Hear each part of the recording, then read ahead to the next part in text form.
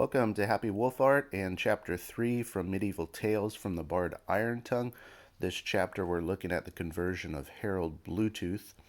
And just a quick note, I'm finishing up the formatting for the California Kids first part story, and that should be available soon.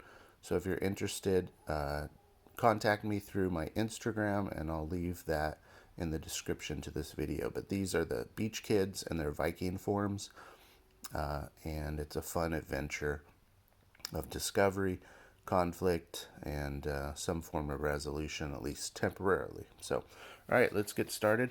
I'll look at the historical note for Harald Bluetooth and read that, and then also the first two paragraphs of the actual story. So Harald Bluetooth, also known as Harald Gormson, son of King Gorm the Old and Queen Thera, lived roughly between 935 and 986 AD in what is now in modern-day Denmark.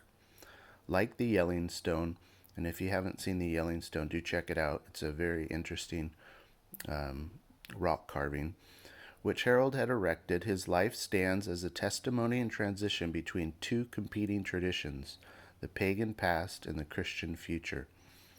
Harald held his ancestral traditions in the highest regards, building earthworks and carving rune stones according to the old ways. But when he was faced with the teachings and manifestations of the Christian faith, he chose in favor of the latter belief system. Harald's conversion, and Denmark's conversion in general, brought the Danish lands into closer communion with Europe, and it laid the foundation for the Christian faith to spread into the cold and hostile Scandinavian north. So there's a map of some of the important places that the story's events take place in. Here you see Jutland. So if you're wondering where these places are, you can look on the map. Also, there's character descriptions, cultural references. So here, if you want to look for Jutland, the peninsula, and it goes on to explain where that is geographically. Cultural references here: Asgard, the mythological home of the seer gods. These are further cultural references. And then this is the story, and also the Yellingstone, a depiction of the Yellingstone here. All right, so I'll read the first two paragraphs. Men have said that history is written by the victorious. I say, however, that history is written by individuals who shape the world, regardless of whether they are losers or victors. History isn't partial to either group. For my part, however, I, Harald Bluetooth, am the latter type, a victorious world shaper, once king of Denmark and Norway, and a leader of men's souls. How I came to this station was through my family's sudden rise to power. Daneland was then divided into 4 kingdoms, each kingdom ruled by its own king. One lord, King Haligio, ruler of East Jutland, was a just and honorable man. He was loved by his people, including my grandfather Harthacnut.